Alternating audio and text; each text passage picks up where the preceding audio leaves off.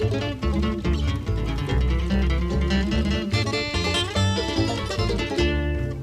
morning and welcome to the Town Meeting Talk Show.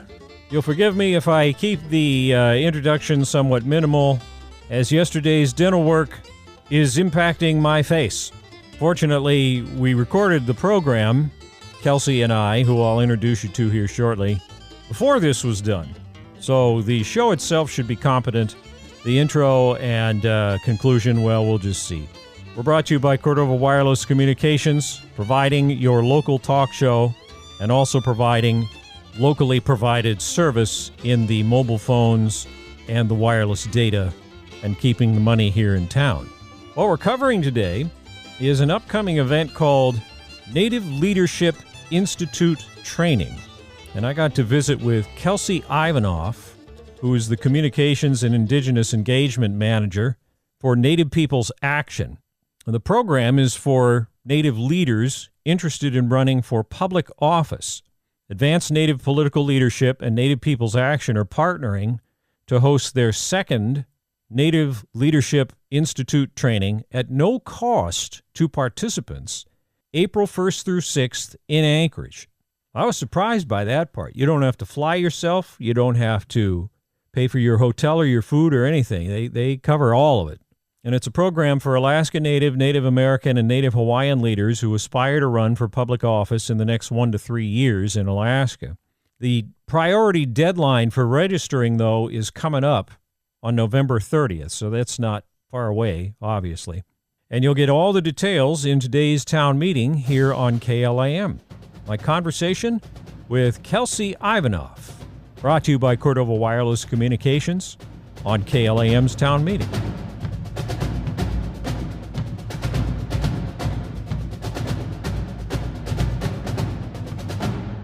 So, Kelsey, why don't we start off with getting to meet you? This is our first time being able to talk with you on this show. So what is tell us some about your background, life in Alaska, and how you came to be involved with these organizations.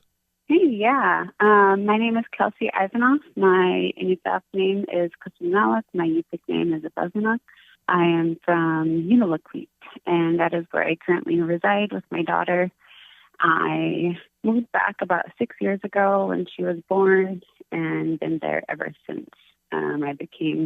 Used to be the city manager, and now I work for Native Peoples Action. It's a statewide organization, and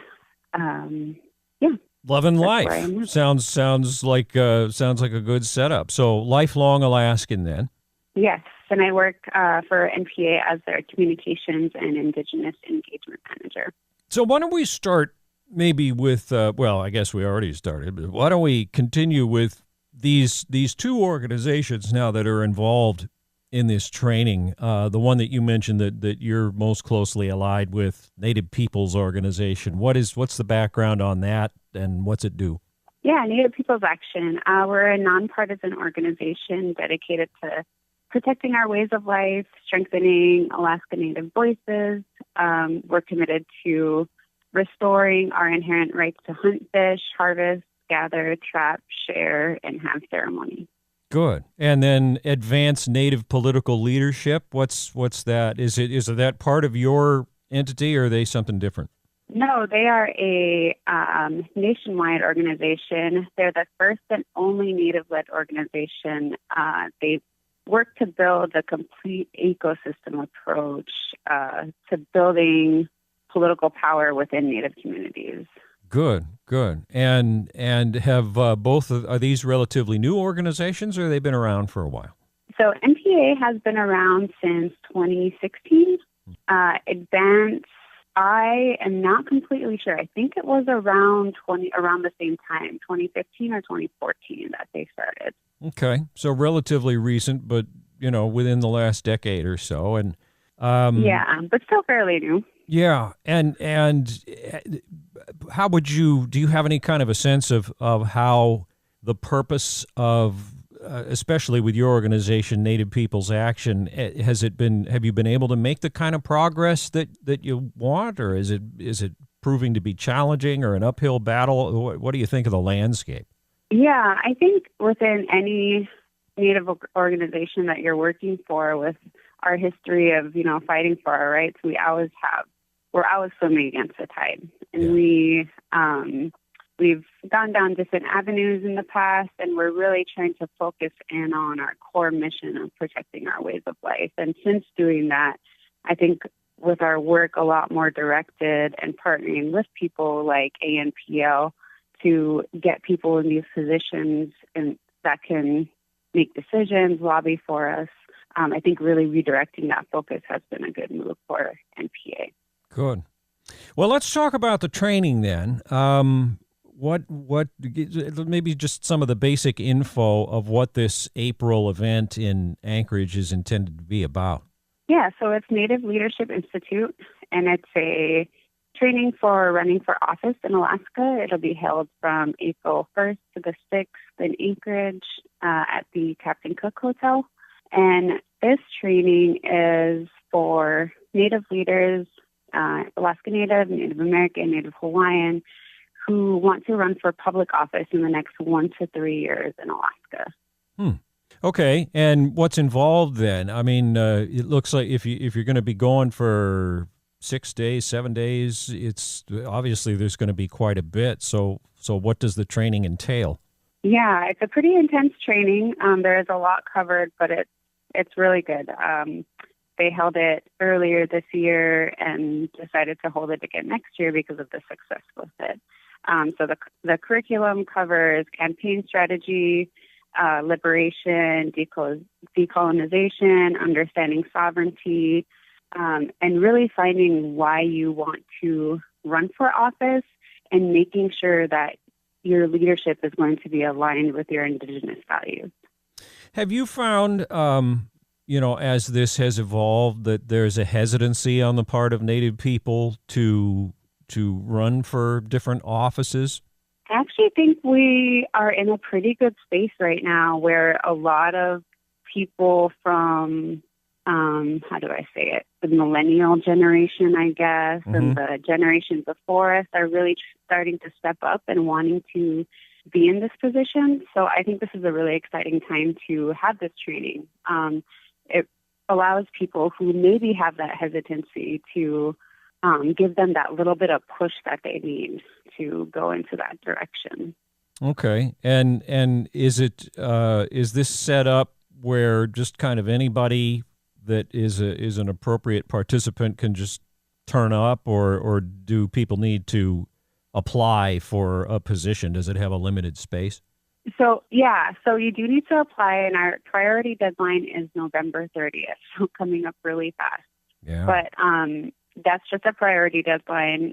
If you can get in an application by then, that's great. If not, we'll still be accepting them after. Just know that you won't be on the priority list. So we're accepting applications and we will accept 8 people. Okay. So it's pretty selective. Yeah. And it mentioned in the press release that the training is offered at no cost, which is obviously a wonderful thing. If it's from somebody from out of town, do they need, though, to be prepared to cover their transportation to Anchorage and their lodging, or is some of that built in? No, nothing. This is at no cost to the participant, complete no cost. We cover the travel, the accommodations, the food, everything. My goodness. We want to make sure our people are taken care of. Wow. Okay. So that really opens the door to anybody who could possibly be interested in this. Yeah, we understand that people, might be leaving work to come to this, losing those hours. We don't want to put any further burden on people to be able to come. That's more incentive and more, we think we'll get more participation that way. Okay. And I think we kind of covered this, but since it's really at the heart of why this is being offered, what is the reason that this training is being offered? I mean, obviously, you guys are investing a lot in it to bring people in. So what's the hope? What's the desired outcome? Yeah, so we want people to get the skills, the knowledge, the support. I mean, from this, you'll get a great network of people who can support you in your run for office. We want to help people have a real impact in Alaska and nationwide if they end up going down that route. Sure. Well, I mean, you never know. And did you say this is how many years has this training specifically been offered? It's only its second time that they're having it in Alaska. So ANPL has held this, and the Leadership Institute has held nationwide training. But this is only the second time they've done an Alaska-specific training. Okay, and this is maybe a big ask since you've only had 1 year essentially to do it, but I'm curious, are there any particular success stories from last time or any, say, good news, positive actions that came out of last year's version of this? I think the positive action was the urge and interest to hold more of these trainings. It wasn't just a one and done thing, and we did start building this network of people that we didn't know were even thinking of doing this, so that, because in our, unity is strength, and that's how we want these people to have the tools and the people behind them to be successful in running for office.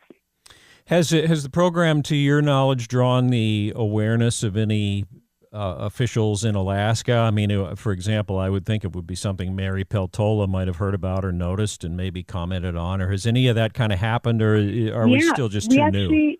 Yeah, we actually tried to get people who have run for office already to, or are currently holding office, to help with the training. So they'll come and be guest speakers, or they'll speak on a certain topic within the training. Good. Well, I mean, it's obviously Mary's accomplishment as the first Alaska Native in Congress, and it was remarkable. Mm-hmm. And while she won't be returning, it still is a great accomplishment. And boy, I think that anybody like her, or anybody that any of our folks at the state level, or local levels, I mean, village leaders and so forth, I hope that this will become a big enough thing that you're able to attract a lot of folks. So do you have any guest speakers like that lined up for this year, or is it mostly going to be your people?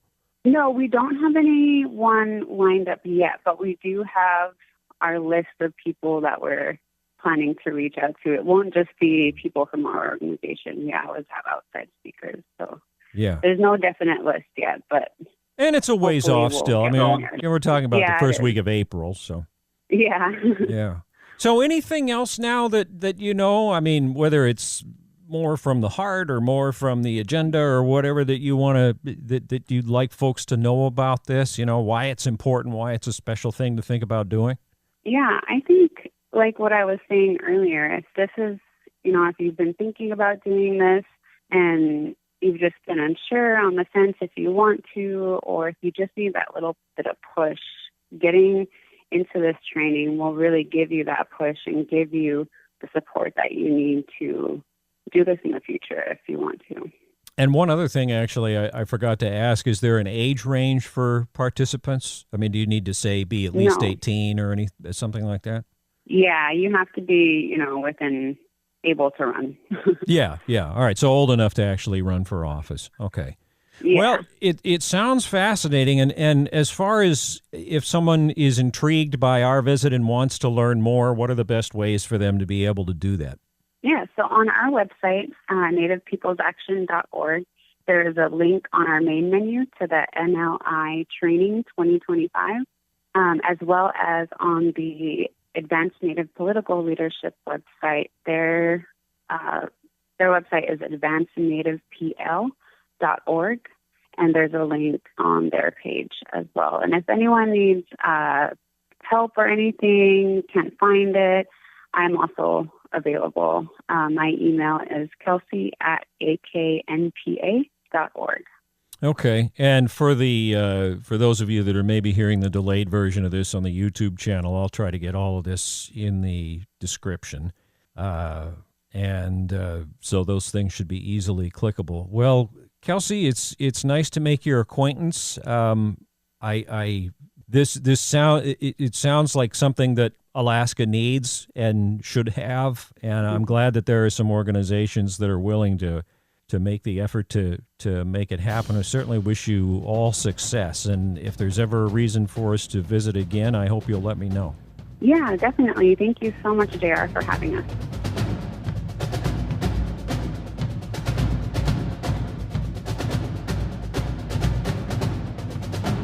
Our thanks to Kelsey Ivanoff, Communications and Indigenous Engagement Manager for Native Peoples Action, for these details on the Native Leadership Institute training.